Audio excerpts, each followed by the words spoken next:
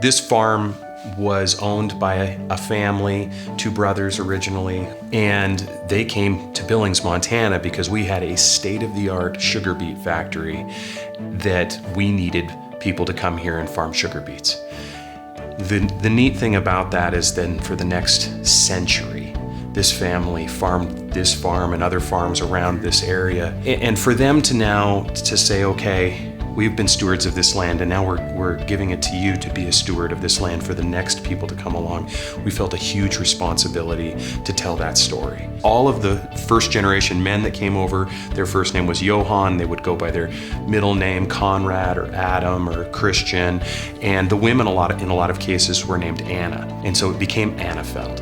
And Annafeld, simply translated from German, means Anna's field. And then when I started doing a little bit more research into it, and I dug into the Greek and the Latin, because I love that kind of stuff, Anna's field actually then directly means the land that is full of God's grace and favor.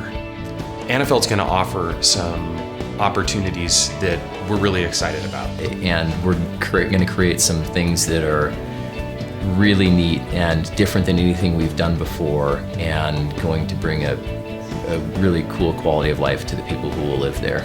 We were able to create a very, very broad mixture of homes that is going to work for so many people. And I'm so excited for that. Annafeld's going to hold a solution to all sorts of family housing needs that we don't solve now. It's going to be a place for a way more diverse group of people that there's nothing like this that they've been able to have in this town before. And we want it to be a place where it's not just for people who live there.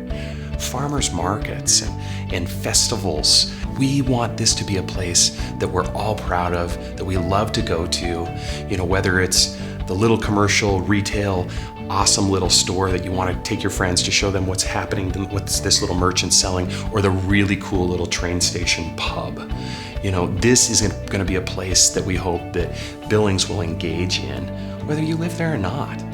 When you build a lot of homes for a lot of people, if I'm going to sleep at night, I want to make sure that people are in a good home. When you live in a really well-built home, you're comfortable. And our homes are comfortable. And they're a good investment too. We have systems and processes and great materials that make sure that we build a quality home every time. You know, we have all of these great things, from a great school to trails to open space and open parks, and having access to them is something that you just don't get to have in other parts of town. Over 9 years ago, we moved in the first year that Josephine existed, the day before my first son was born. So we came home to a home that was barely done and sitting in the middle of a field by itself with our first baby into Josephine. So it's been very personal for us the whole way through. When you get a mixture of people like that, community becomes less about a place and more about people. And then community actually becomes a verb. And I love that. I love seeing community happen.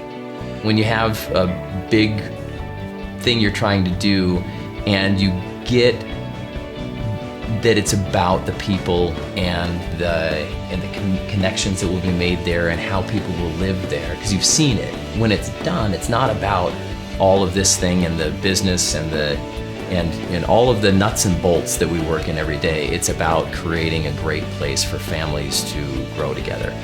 That's when you take care of your neighbor, and that's when you watch your neighbor's dog, and that's when your kids become best friends for life. And that's what it's all about. That's what building community is all about.